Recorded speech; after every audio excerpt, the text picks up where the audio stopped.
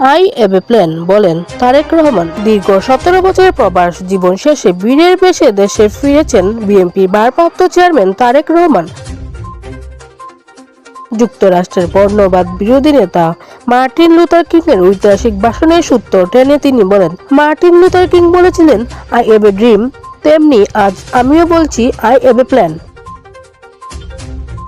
তারেক রহমান উপস্থিত লাখো জনতার উদ্দেশ্যে বলেন, দেশ পুনর্গঠনে আমার একটি সুনির্দিষ্ট পরিকল্পনা আছে। এদেশের সাধারণ মানুষকে সঙ্গে নিয়ে আমি সেই পরিকল্পনা বাস্তবায়ন করব, আর এই লক্ষ্য অর্জনে আপনাদের প্রত্যেককে কাজ করতে হবে।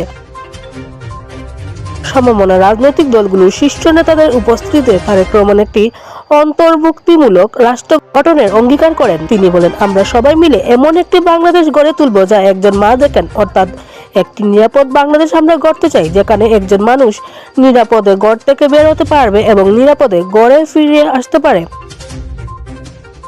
এর আগে বেলা 11:40 তারেক রহমানকে বহনকারী উড়োজাহাজটি ঢাকার হযরত শাহজালাল আন্তর্জাতিক বিমানবন্দরে অবতরণ করে।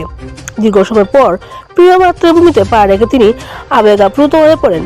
বিমানবন্দর থেকে বের হয়ে তিনি মাটির ওপরে বসে পড়েন এবং দুহাত দিয়ে জন্মভূমির মাটি ছুঁয়ে দেখেন। এ সময় উপস্থিত নেতা কর্মীদের মাঝে এক অশ্রুসিক্ত ও আবেগঘন পরিবেশের সৃষ্টি হয়। বিমানবন্দর থেকে বাংলাদেশ লেখা একটি লাল সবুজ বুলেট প্রুফ বাসে চড়ে তারেক রহমান অনুষ্ঠানস্থলে রওনা হন। বেলা 3:50 তিনি সভামঞ্চে পৌঁছালে পুরো এলাকা প্রকম্পিত হয়ে ওঠে গগন বিদারী স্লোগানে।